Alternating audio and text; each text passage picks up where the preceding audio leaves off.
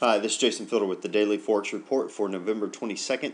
Currently looking at the US-Japanese yen pair. This pair created an inside bar on Friday. We are looking for a potential breakout of this pair. We are looking for it to continue moving sideways with a bias that is sideways. Look for it to potentially go as high as 89.58, possibly as low as 88.07. Look for some resistance around 89.15 and look for some support around 88.50.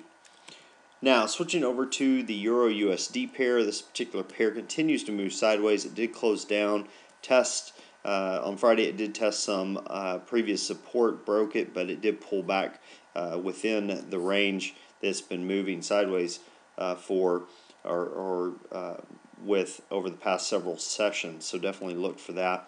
We may get a little bit of consolidation if you notice here, to some degree anyway. You can draw some horizontal lines across here, and then we have some trend lines. So we could get some consolidation, could get a breakout over the next over this next week.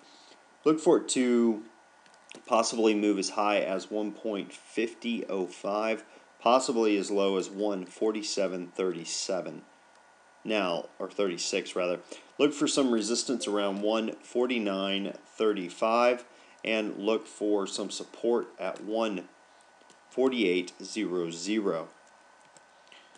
Now, let's take a look at the pound US dollar pair. This pair closed lower on Friday. It did close below some previous support areas. We could see it continue lower.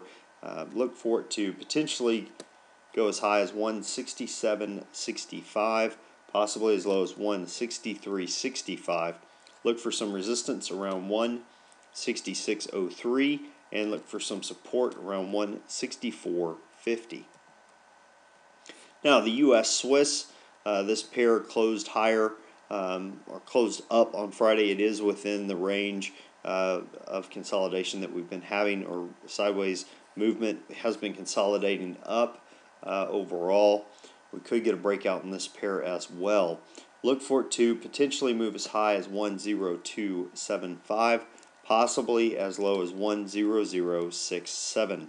Look for some resistance around 10200 and look for some support around 10121.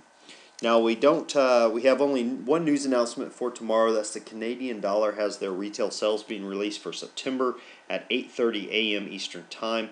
Consensus on that is that things have decreased a little bit in retail sales from a 0.8% to 0.6%. So not a huge drop if those numbers are accurate, but nonetheless something to keep an eye on.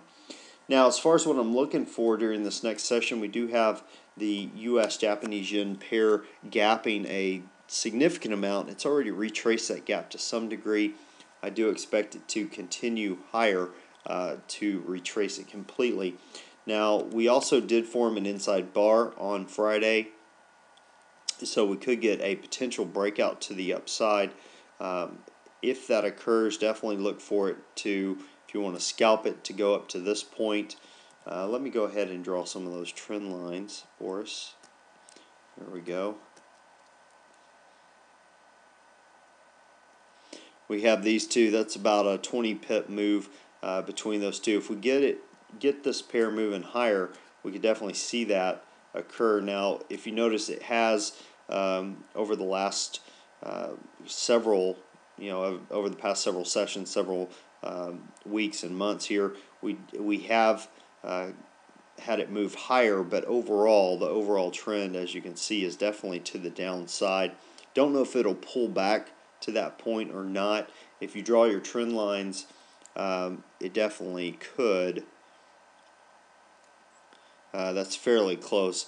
You can see that our upper line that we're looking for, the trend line is above it. So I do believe we could get this. If it does move higher, we can break through to that point. It would definitely be within the realm of reason for the market moving sideways right here.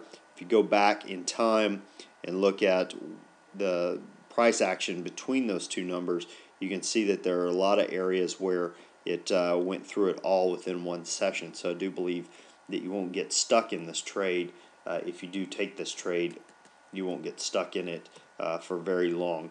And it is just a quick little scalp, but nonetheless one to look for. Well, that about wraps us up for today. Until next time, this is Jason Fielder. Good trading.